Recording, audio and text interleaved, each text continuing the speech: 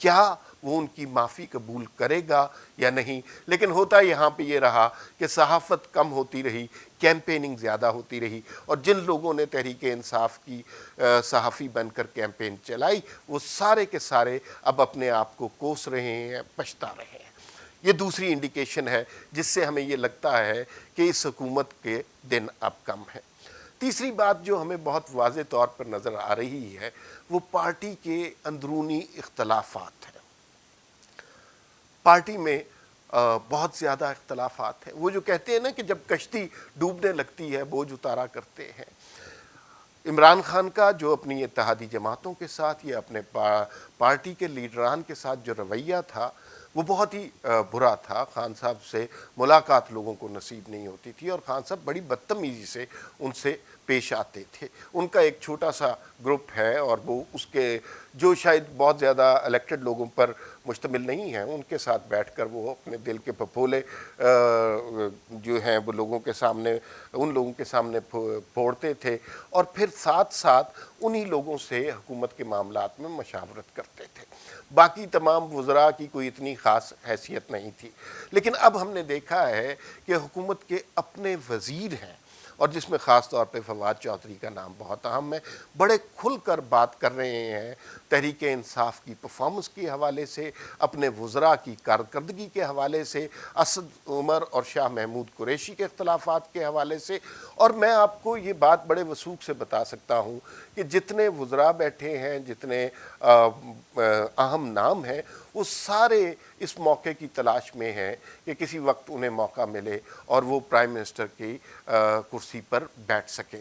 جس پارٹی کا اندرونی حال یہ ہو تو وہاں پر زیادہ دیر تک حکومتیں چلتی نہیں ہیں۔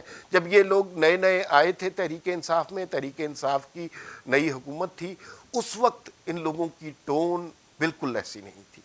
اب یہ لوگ آہستہ آہستہ تبدیل ہونے لگے ہیں اور اپنے آپ کو دکھانے لگ گئے ہیں، خان صاحب کو آنکھیں دکھانے لگ گئے ہیں، جس سے لگتا ہے کہ یہ سہارے بھی آہستہ آہستہ تحریک انصاف کے ختم ہو جائیں گے۔ ایک اور بہت بڑی انڈیکیشن یہ ہے کہ خان صاحب نے جو اپنی آخری تقریر کی، جس میں انہوں نے تاریخ کا سب سے بڑا بلنڈر مارا ہے، اور اس میں انہوں نے یہ کہا ہے کہ اسامہ بن لادن جسے ساری دنیا دہشت گرد قرار دیتی ہے، اس کو انہوں نے شہید کہا۔ اگرچہ حکومتی ترجمانوں نے بعد میں اس کو جسٹیفائی کرنے کی بہت کوشش کی، یہ کہا کہ یہ سلپ آف ٹنگ ہے، لیکن یہ سلپ آف ٹنگ نہیں تھی۔ خان صاحب کا طالبان کے حوالے سے یہ رویہ اور یہ سوچ ان کی بہت پرانی ہے۔ خان صاحب کی یہ واحد تقریر تھی جو بنیادی طور پر ایک ڈیفیٹسٹ کی تقریر تھی۔ یہ پہلی تقریر تھی جس میں خان صاحب نے کوئی الزام نہیں لگایا کہ یہ جو اپوزیشن والے ہیں یہ چور ہیں، یہ ڈاکو ہیں، انہوں نے کرپشن کی ہے، بلکہ خان صاحب تو کچھ اور ہی طرح کی باتیں کرنے لگ گئے۔ انہوں نے کہا کہ آپ لوگ میرے ساتھ مل کر بیٹھیں، اور یہ جو مقدمات ہیں یہ میں نے تھوڑی شروع کیے ہیں، یہ پہلے لوگوں نے شروع کیے ہیں، اس میں میرا تو کوئی قصور نہیں ہے۔ اور یہ وہ ٹون ہے جو تحریک انصاف نے کبھی اختیار نہیں کی۔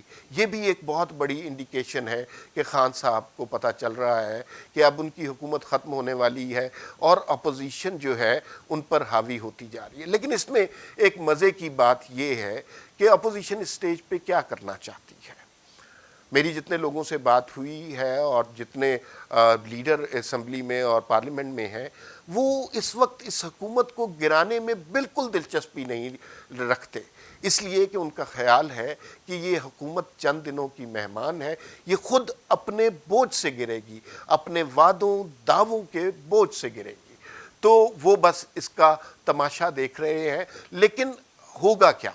ہوگا یہ کہ ہمیں ہو سکتا ہے کہ کچھ عرصے تک تحریک انصاف کے اندر کوئی تبدیلی نظر آئے اور عمران خان کی جگہ کوئی اور شخص وزیر اعظم کی کرسی پر بیٹھا ہوا نظر آئے، لیکن یہ بھی بہت وقتی سا ارینجمنٹ ہوگا۔